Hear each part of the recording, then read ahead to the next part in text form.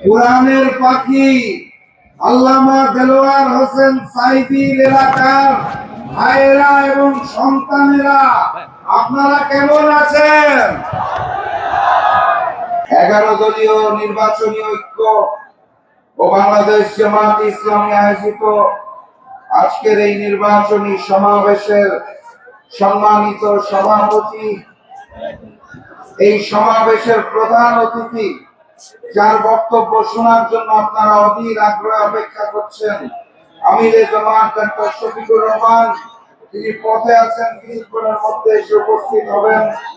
মঞ্চে উপবিষ্ট 11 দলীয় নির্বাচনী ঐক্যের সর্বস্তরের নেতৃবৃন্দ, আমার সামনে উপস্থিত মিডিয়ার ভাইরা এবং প্রাণ প্রিয় পিরোজপুরবাসী, আসসালামু আলাইকুম। আপনারা কেমন আছেন?